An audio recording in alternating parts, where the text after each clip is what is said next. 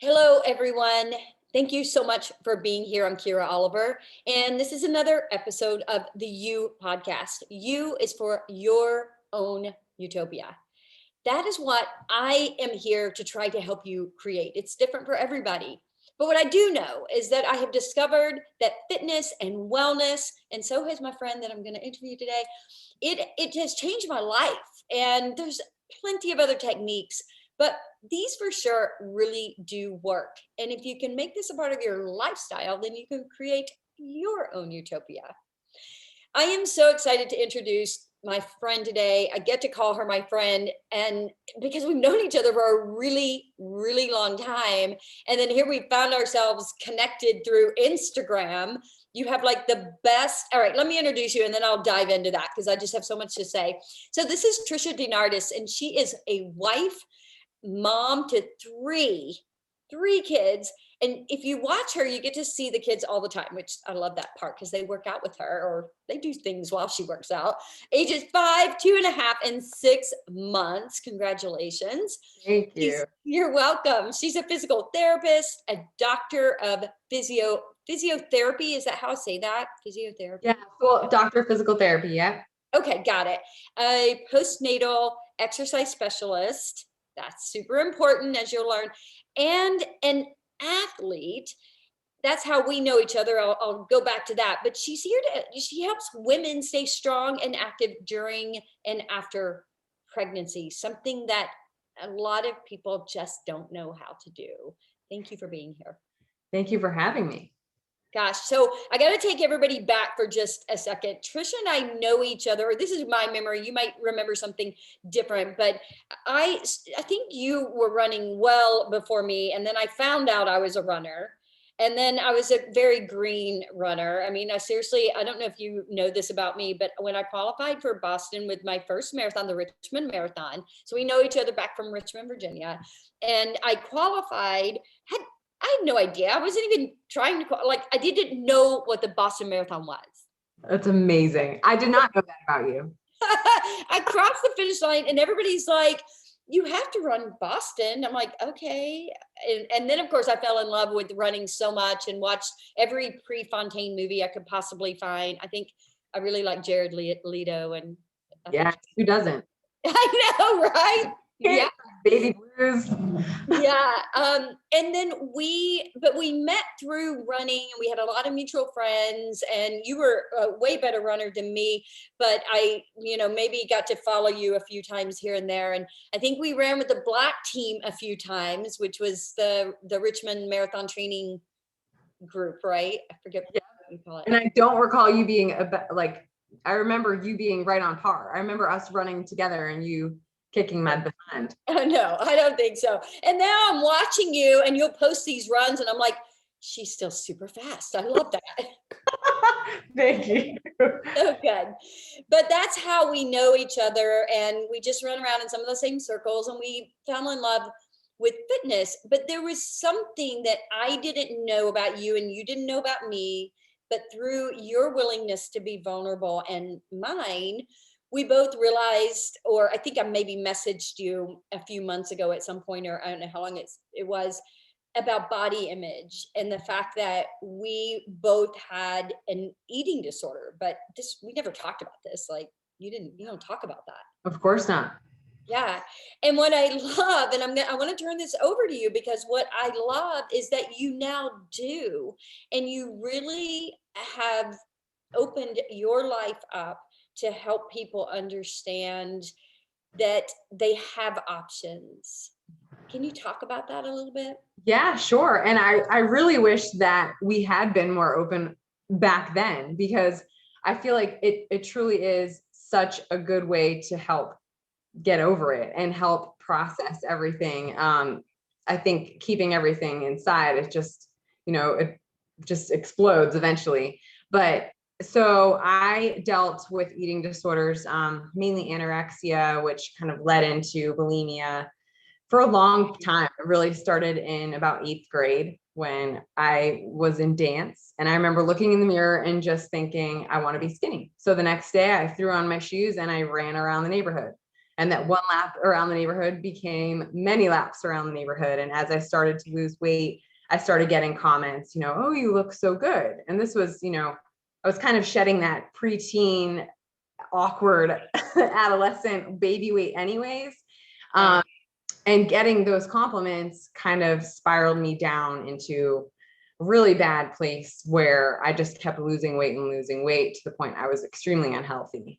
And I got it together. That was kind of throughout high school, enough to go away to college. And then it got really bad where. I'm sorry, I don't mean to interrupt, but just in high school, it's really common. I mean, I'm sure in college too, I know that's where you're going to take us, but like, that's a very common place for it to begin, and especially with runners and athletes, right?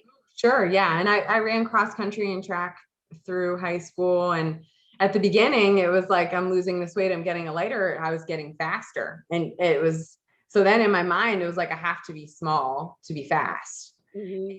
And I feel like especially that stage of life, I mean, girls are just so vulnerable, just wanting to look good. And so once you get in that awful place of an eating disorder, it really can just spiral out of control. I think, especially nowadays, I can't even imagine being a teenager in the world right now, because I don't know if I would be here today if had fast forwarded through time. So you were taking us then into college. I'm sorry, maybe you said things got worse, or what was happening? Once I went to school, grew up in Massachusetts, and then went to school in Southern Florida. I went there and really stopped eating meat. I had no one around that knew me. So it was like, I don't have any rules to listen to. I can do what I want. So I was running and really eating close to nothing, and had a friend that was at a neighboring college come visit me. And as soon as she saw me, I mean, she just grabbed my wrist, which was very little. And she's like, what are you doing? Like, you need help. So I called my parents, broke down, and they had me on a flight home the next day. So I missed my whole freshman year of college, having to go into Boston and see doctors and nutritionists, and got back to a good place where they okayed me to go back to school my sophomore year. But I wasn't 100%, obviously. And I think, and I tell anyone that is dealing with an eating disorder, I don't think it's something that ever goes away, but it's something that you learn to control, where you're not being controlled by the disorder. Yeah. And it took a very long time to get to a good place. I mean, I was up and down through college, after college. Totally. And it wasn't really until I met my husband, and he has just been very supportive of me. And when I got pregnant, when I really gained full appreciation of what my body could do, that I really started looking at exercise and food as good things, not as punishment. Yeah, no, I totally get it. Same for me. It took a very long time, many, many years. I think I know where it came from, and I'm very careful about that, because I'm careful about what things I say, because I don't want someone to overhear this and get offended or their feelings hurt. But I think I kind of know where it came from. And a lot of it had to do with I think there was an idea in my head that I had to look this certain way for men to notice me, and same, a lot of similar things, and people compliment you or whatever. And it was just like wanting to be small. And then it took a long time too. And then it started happening well before I became a runner. And it was just off and on, off and on. And then I became a runner, and kind of a similar thing. And I didn't start becoming a runner or become a runner until later in life. I didn't even know I was a runner. And I mean, I don't say this a lot because I'm not proud of it, but I used to smoke cigarettes. And yeah, that's amazing. People were like, you? I'm like, yeah, me, a long time ago. But yeah, I had a little bit of a partying lifestyle. But the same thing when I became a runner, and then I, was still trying to control my weight. And I discovered that I'm a decent runner, and kind of a similar thing was happening just later in life for me. Yeah. So you went into, okay, so the pregnancy started happening, and I think I was hearing something also similar, is that for me to shift, I had to choose to learn about my body, learn about healthy habits, and I started educating myself. Is that kind of where you started going? Yeah, same, definitely the same. And I feel like a huge shift too, even before pregnancy, was when I first signed up for the Richmond Marathon. When I moved, I graduated from college in Southern Florida, and my family had moved to Virginia. So I moved from Florida to Virginia, not knowing anyone. And one of my cousins signed me up for sports batters with the marathon training team. And my parents were like, Tricia, you need to get checked out by a doctor. Like, just with my history, like before you run marathons again. Because I started running, I ran, same as you, I ran Miami as my first marathon, qualified for Boston, and was kind of like, what do you mean? Like, Yeah. but at that point, my parents were like, we need to see what kind of damage you've done to your body. So I saw a doctor, and they set me up for a stress test to look at my heart. And I'm sitting there, and it was a nuclear test. So, the heart is on the ultrasound, this on the screen. And I'm laying there like, what did I do to myself? Like, I screwed up my heart. Because when you're in this, you're like, I just want to look skinny. You think about all of these outward characteristics, but you don't think about the damage that you could be doing to your insides. So that was a huge wake up call for me, to where I started focusing more on, okay, what can I do to fuel my body so I can be a better runner, not so I'm just pounding myself into the ground and move eventually. Yeah. That reminds me. So the thing that started happening with me was that I was getting stress fracture after stress fracture after, and I mean, in each femur, all up and down my legs. And I remember one morning, it was on, I love Grove Avenue. I miss it so much. And I was running to meet, actually, I think you guys, you and Emily and a couple of other people, and we're running towards each other. And I remember Emily saying, are you limping? I'm like, no, I'm not limping. Of course not. It was by a slight little limp. I was on the tail end of like healing something, but like you'll run until you can't run. But yeah, that was where my wake up was, is your bones are now super unhealthy because Yeah. Oh, that's what it takes sometimes. I know. Okay, so so where then the education started happening, and then there's a pregnancy that's starting to happen, and Yeah. So obviously it wasn't just one thing that happened, but when I did get pregnant, then it became, okay, like I have to fuel my body for a human that's inside me. Like, this isn't about me anymore. So that's when, during the pregnancy, obviously I ate, I exercised just to be healthy. And seeing that was like, okay, I don't have to exercise and it never was really a punishment, because I've always enjoyed exercise and I've enjoyed running, but my motive behind it was different during pregnancy.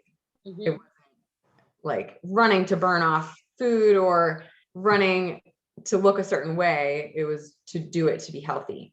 So I was fortunate enough throughout my 3 pregnancies to be very active, but with my first, ran throughout it. And then going through postpartum, and I went through some postpartum depression with him. Exercise really helped me go through the postpartum depression and anxiety. So it's definitely been just something in my life that has always been positive, and it's such a stress relief and such an uplifting thing. Yeah, for sure. I know when I lost Hayes, the exercise became a part of my life shortly after that. I already was some, but I really hadn't become that runner. Any of that hadn't quite happened. And then it happened. Like, I remember the first day when I accidentally ran 12 or 13 miles, like a half marathon. I was like, oh, I just ran, and Mentally. it was crazy. It was so good that I just loved it. But years later, so exercise helped me through the tough times of losing Hayes and a whole bunch of other stuff, unfortunately my marriage and a few other things, my mom and whatnot. But then I find myself like 12 years later, really depressed. And that's like when I moved here to San Diego, and exercise truly I mean, it saved my life, and it saves my life every day. Like, it helps me to be a better person, better for other people. So in this, you started realizing this, I mean, and that it could be a healthy tool for life. And then somewhere in there, you came up with burpees and burp cloths. Is that what it's called? Yeah. So that's my Instagram handle, is burpees and burp class.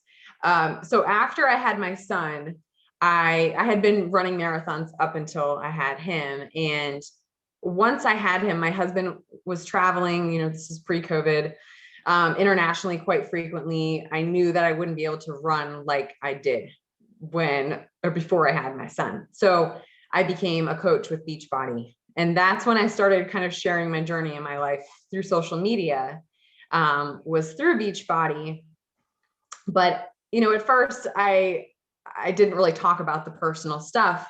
And one day I was like, you know what, I'm going to share my story about my eating disorder, because it was things that I had shared with, close friends, but I had never been public about it. And I went live on Facebook and told my whole story, starting pretty much what I told you, with, some more details thrown in. And I thought I was going to puke. I turned off my computer. I didn't look at it the rest of the day. And I was like, oh my God, like, people are going to think I'm crazy. Like, oh, I had such a sick feeling in my stomach. And the next day I went on and I had all of these comments, like just thanking me for sharing my story, and messages, like just letting people know that they weren't alone. Because I feel like that's such a huge part of an eating disorder. It's so lonely, and not enough people talk about it. And not enough people talk about it that have come out of it, like on the better side of things. So once I did that, that became more of my focus, was like, okay, I don't want to just help people with shakes and home exercises. I want to help all of them as a person, from the inside. So that's when a couple of years later, I started Instagram, and that's been my main shift away from Facebook. But so I got to know, I mean, Joel is an amazing person, and I don't know him all that well. I would see him at the gym when you guys were at the gym. And that's kind of, I think he's always known who I am or whatever, but I don't know that but I've just always noticed how supportive he's been. So did he know you were going to do this, or did you call him the next day and say, you're not going to believe what I did? Or did you just not say anything and just let it come out? Like, how did that happen? I think I told him, like, after I went live on Facebook, you mean? Yes. Yeah, I just told him after the fact. I really did it on a total whim. It was like, okay, I need to get uncomfortable. I need to do, and I just did it. And then afterwards, I think I sent him a text. He was at work. He was like, I don't know what I just did. I love it. I love it. But the people, to me, the people that are appreciated the most are those that get uncomfortable. Yeah. And you just, there's still things that I'm trying to figure out, like, how can I make sure I'm being the authentic, like I am being the authentic me, but I want to be it as much as I can be. Exactly. Yeah. And I'm sure you're learning new things every day. Oh yeah. Especially with 3 kids. And I think there's some things it's like, okay, I want to share this, but I don't know how to share this without making it look like totally insane. Yeah, all the time. And I feel like, you just grow as a person every day. Well, I think it just, again, it helps people to realize I'm not alone. I'm a human being. I'm as weird as the next person, which is actually normal. And, all that. Yeah. Oh yeah. I love it. And, so Joel is very supportive of everything that you're doing then. Is he standing right there? He actually just walked down the stairs. Okay. All right. You got to come into the camera. Come on, Joel. You are being recorded, by the way. You can't see your slippers. Completely unplanned. We love this. Okay.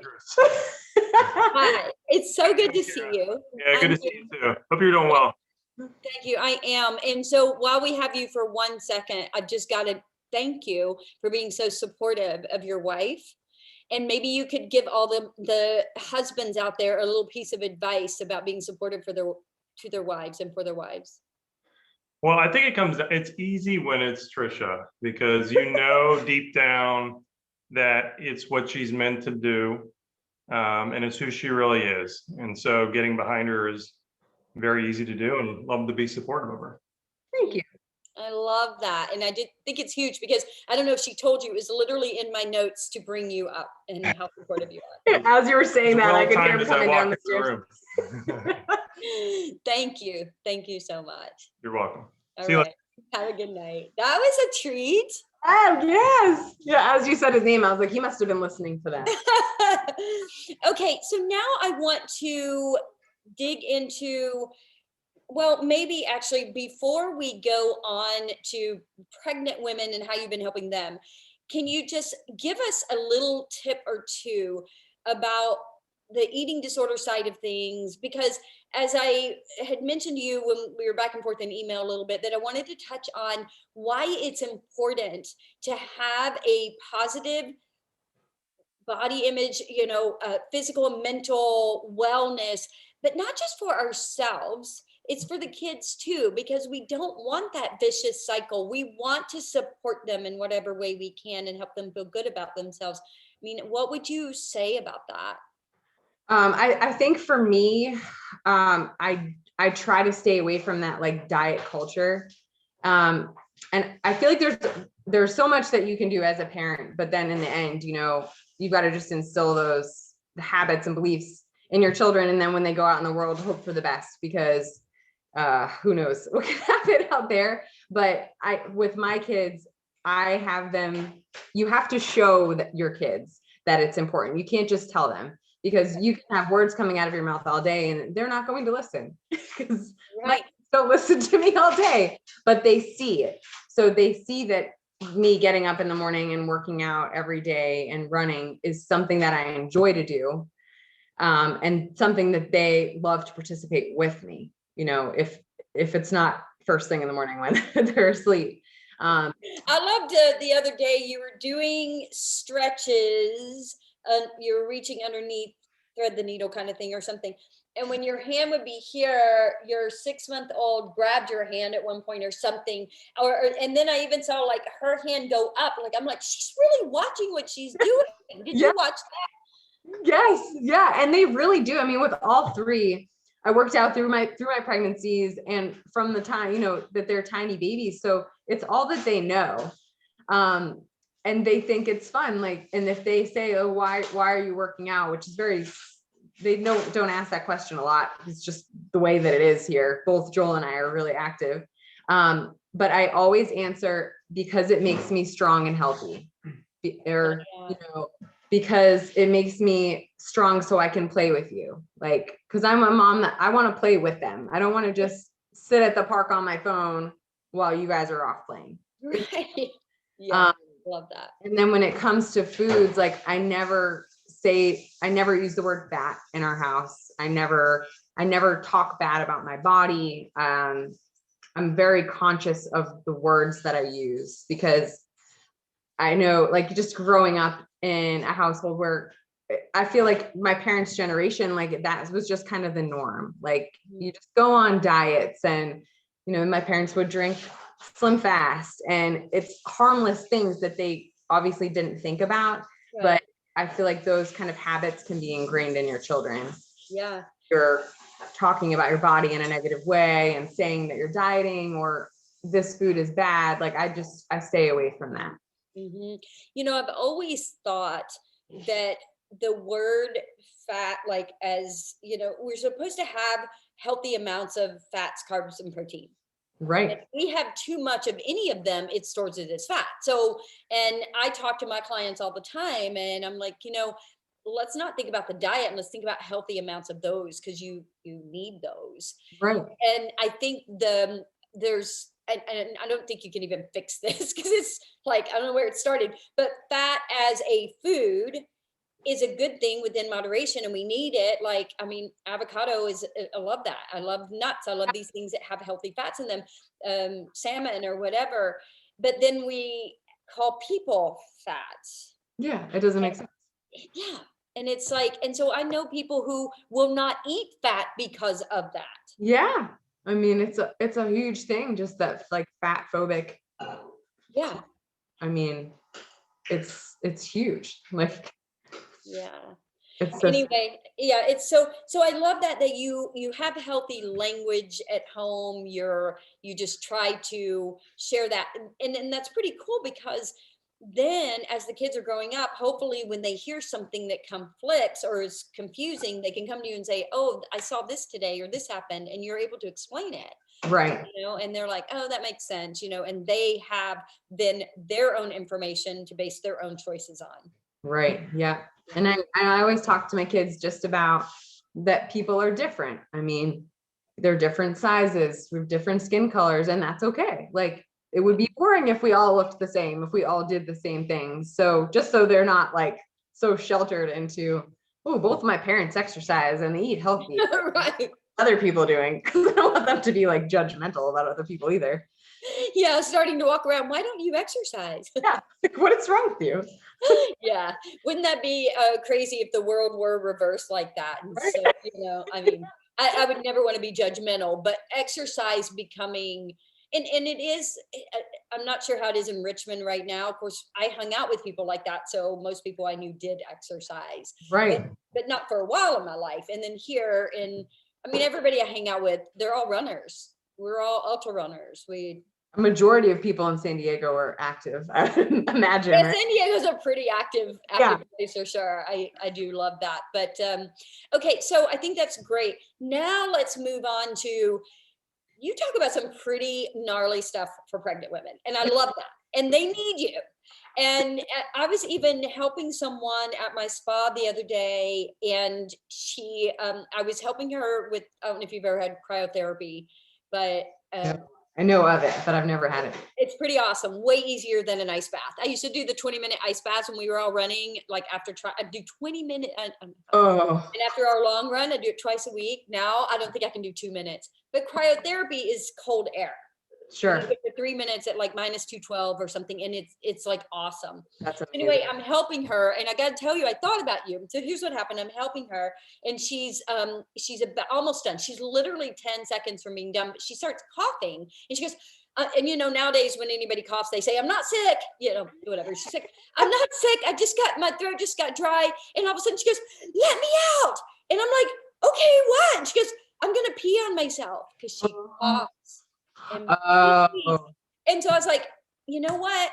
You should check out my friend. And I told her your Instagram, and I said, she helps pregnant women who have concerns about that. And I think there could be some similar, anyway, just check her out. So you came up the other day.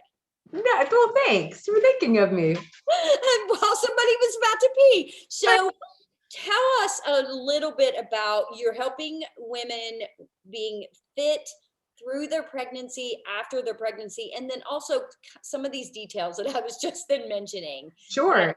Women are battling and trying to understand, and to not feel awkward about. Yeah. Okay.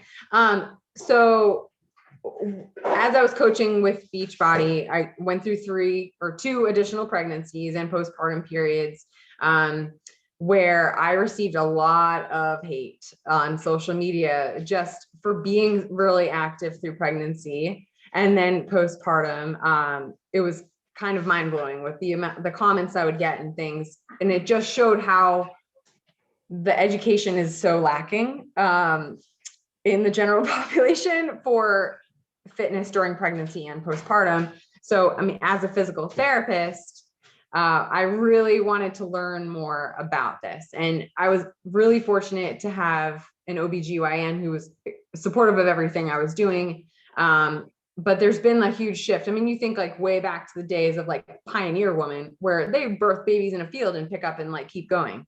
But then somewhere along the lines, God forbid you pick up like a 5-pound dumbbell, because that's going to be a problem when you're pregnant. And so thankfully there's been a shift to where fit pregnancies and being active during pregnancies has become more normalized. But there are certain topics like incontinence, where. Thank you. I told you I was going to need the words incontinence. Yep. Okay. So, and that specific type of incontinence is stress incontinence. So where you're coughing or sneezing or running or jumping, and women are experiencing leakage. And that has become like a joke, like, oh, I had babies and I just can't do jumping jacks anymore, because women are being told that this is normal. After you have babies, as you get old, this is just normal, but it's not. It's not normal. And these women, need, my go-to is to try to see a certified pelvic floor specialist. That's a physical therapist, and have an evaluation done. But majority of the time there can be one of two things that are happening. Either someone is very tight, like has very tight pelvic floor muscles, so all those lady muscles, or they're very weak. Or there's just not that good mind-body connection between the muscles, like any other muscle in your body. So the muscles can be trained to where you don't have to worry about peeing when you're running and jumping. And so I like to get that word out there that, hey, if you're having these problems, it's not normal. And there are ways that you can help it. Right. So Love that. I obtained an additional certification to work with pregnant and postpartum women, just because I feel like there is just such a need in both of those areas, and such a vulnerable population too, because, as moms, there's just so much so much stress, and just not enough help for us. I mean, you go through 9 months of pregnancy and then you have your 6-week checkup and then it's like, okay, you're good to go. But a lot of these women are still struggling. Right. Issues. So, well, and it once, I want to go back to the fact that it's as simple. I don't want to dismiss anyone's feelings or concerns or whatever, but there is still that reality, which we touched on early on. If you're taking care of yourself, if you feel good, you're going to be able to deal with the things that are coming at you in life so much better than if you don't. And that includes being able to take care of your home, your kids, hubby, whatever. right. Yeah. And so many women, especially after having kids, are like, well, I just don't have time. I don't have time for myself because I need to take care of everybody else. But if you don't take care of yourself, you can only do so long before you're going to burn out.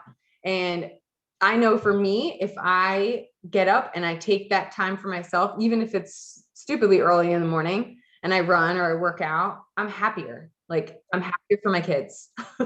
I'm happier for my husband. And like you said, you can just deal with stress in just such more of a positive way. Yeah, absolutely. I too, sometimes there are certain days where I do have to get up at, like 4 a.m. or something, because I want that run. I know I'm going to be better in my day. Do I really want to get up at 4 a.m.? No. I probably on average get up at 4:45, maybe 4:30. I don't know, but I don't. But I know how much better I'm going to be for my team. At work, for anybody who's around me, for myself. Like, I'm just going to be better and stronger if I do it. So it's one day a week when I can't. It needs to happen that early because of my schedule. And I just remind myself, like, okay, you want the run. This is like before I go to bed. You want that run. That means you're getting up. Yes. Like, I have to coach myself, because it's easy to go, I'll skip it today. I mean, I could, but I also know how I feel when I do that. If I do that, like, I don't feel good. Yeah. Oh yeah. I would rather have a little less sleep and have an endorphin rush. Exactly. Me too. It's so good. Now, the other thing that you do, and I think these are great, like, tips to help. I almost am wanting to see, like, the 10 tips, not today on this podcast, or you can if you know them, but 10 ways that you can get your workout in. One is you can get up earlier. I always try to encourage people, get it done in the morning, because if you don't, you're going to get squirreled all day long. And I have anxiety when I don't do it in the morning. I have a little bit of anxiety because I just don't feel good. I don't feel right until yeah.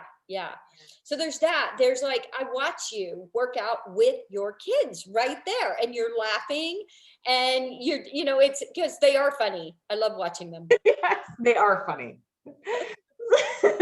They're so long sometimes, but they are funny. Yeah. And so there's that, and then maybe, I don't know what else you do, but I just think that I love that you brought that up, where people will say, I don't have time. I think that we all have time for things we want. Exactly. Yeah. Yeah. I mean, if you're saying you don't have time for it, you just don't want it bad enough. You don't want it bad enough. And it is hard. I think, we've been doing it for so long. It's just part of our lifestyle. Like, it's just, it's no big deal to us, but it's still work. I want people to understand that. Right. Yes. Like, it is still work. That every morning, like, yes, I love it, Yeah. I mean, like anyone else.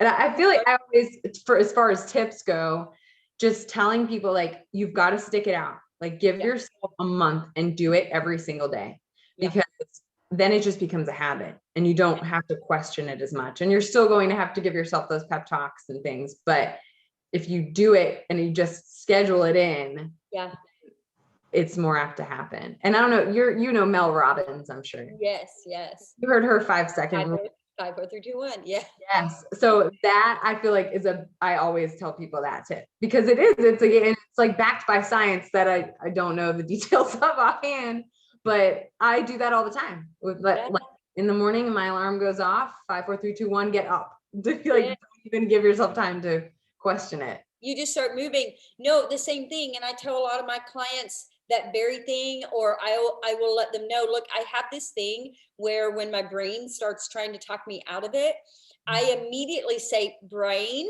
it's not negotiable. And I'll say it over and over, and finally your brain stops thinking it. Yeah, that's good. I like that. Not negotiable. Not negotiable. So I'm not negotiating with you, brain. Yeah. I don't even think about it. So I love that. And I think, do you have any other tips? Anything else you want to share on that? Oh, I mean, definitely, setting out your clothes the night before, so it's right there in your face. When you wake up, I get up, I get dressed first thing. Mm-hmm. And then, I'll feed the baby, get her back down, and then work out. So I don't get dressed like in the workout clothes right away. Get dressed in that's what you're going to do. So I put on anything else. Yes. And it's the very first thing that, I feed the baby, and then I do that. I don't check my email. I don't check social media. I just do it, because then you just stay focused. So you're not getting distracted by daily life, before it starts. Well, I love that, because we don't want all that social media stuff to control our lives. We use it to communicate positivity, and that's why I use it. But I don't want it to control my life. I'm making my choices. Exactly. Yeah. Yeah. The other thing, go ahead. I'm sorry. I started doing that during my pregnancies, when I was getting a lot of really negative feedback, because I would, look at my phone first thing in the morning, and I would see all these things like bashing my body and my lifestyle. And then that would just immediately impact my day. Like, oh, so now it's like, I get the feel good stuff done first before, because then you can handle back to what handle it. Mm-hmm. It goes back to what we're saying, audience, I want you to hear us. This exercise, you do not have to do crazy stuff. Yes, I know I do extreme distances. I know that you do a lot of crazy stuff. You do not have to do high knee jumps with Tricia if you don't want to. You can do one knee at a time. There's a modification for everything. Exactly. And it doesn't have to be crazy amounts of time either. I mean, you only have 10 minutes, do 10 minutes of something.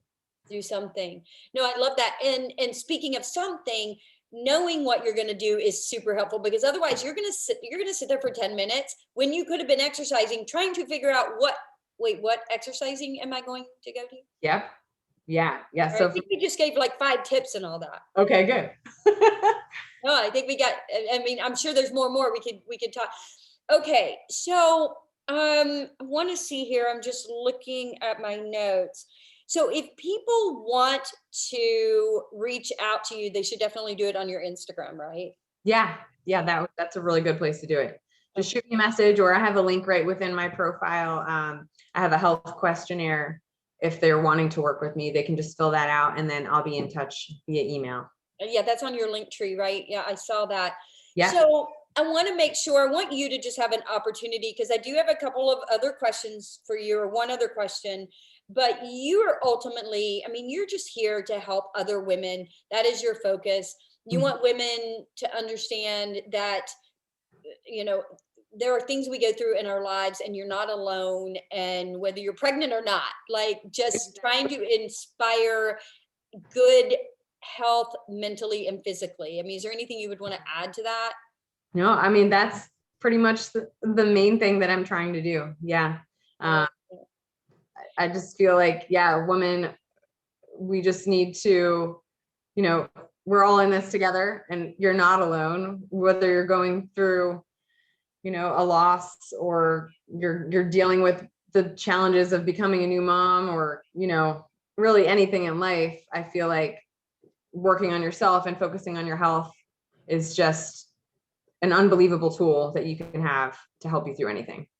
It truly is. And, I really want to commend you on being so brave, as I said earlier, to share all of this, but also to go through, which I'm sure you still have plenty of, the haters and that have nothing else better to do. I just don't get it. Like, Yes. yeah, I know. And for anybody out there, I mean, if that's where you're headed, then you need to step back and think about your purpose and what you're about to say, because it really probably is something internal. And if you can kind of shift your head into this more positive space, and it doesn't mean you need to not be aware of the negativity, because I think we should have awareness of that, but we don't want to hold on to that. We don't want it to steal our joy. We want to find things that will help us feel better, so that we can, as we've said a couple of times, handle life and what it's throwing at us. Right, exactly. Your bravery is huge, and so you have to keep doing this, because we need you. Thank you. We need you. So good to hear. Appreciate it. No, we really do. So keep doing what you're doing, because I'm watching you inspire so many people, and that's tremendous. So we mentioned earlier, the best place to find you is on Instagram at Burpees and Burp Cloths, right? Yes. I try to say that fast. It's hard to say fast. It's really hard to say. But it's the best name ever. Like it's so perfectly descriptive. I don't know how you came up with that. Your life. I love it. And I did want to mention too, we were talking about how great that Joel is. I don't know if he's still in the room, but he also works out with you sometimes. He does. Not often, because we're usually trying to, organize it between kids and his work schedule and stuff. But yeah, sometimes we do work out together. I love that, because when you do, you will get a little glimpse. And then I think the other day it was the funniest post, because you had posted something, I can't remember what it was about, but he was working out and he was saying something, but the text was over his face. You're like, oh, let me do that again. Yeah, because he hates being on camera. Like, so I have to like kind of sneak it. But one time he was like, okay, yeah, I'll talk. And then I threw like a little caption. I didn't realize I put it right over his face. That was like the one time that he okay. I love it. I love it. But he talked tonight with us. That's we were so honored. Okay, my last question for you. If you could share only three things with your audience, what would that be? Ooh, okay. My top one is stay in your own lane. Not comparing yourself to anyone else. Because I feel like the comparison game can really have a negative impact on you, but instead of comparing in a negative way, just using people to help inspire you in some way. Number two, know that you deserve the best. You're capable. You're worthy. Ooh, number three. Oh man. I don't know. I think I have it for you. What is it? Because I think what's on the tip of your tongue, and I could be wrong, but maybe this will inspire another thought, or maybe this is it. Just to trust the process. Yes, absolutely. Trust the process. Trust the process. Commit to something, anything. Yeah. Trust the process. Yeah, because it is. It's a forever process. Like I'm working on me every single day for the rest of my life. Yeah, because things are always changing. Life is always throwing me new curveballs. Absolutely. I was having trouble thinking of into three things. No, that's okay. But I think you probably said about 10 things in the 2 things. So really you got it. But anyway, I'm so grateful for your time today. You are an amazing woman to share your story. Like I said, to be so brave, to help other people. It's so important. And I think it's why we are here on this earth, is to truly help others to see that they can have an awesome life, even with those curveballs. So thank you so much. Well, thank you so much for having me. I'll And see thank you you later. for doing everything that you do. Oh, thank you. Okay, talk later. Bye-bye.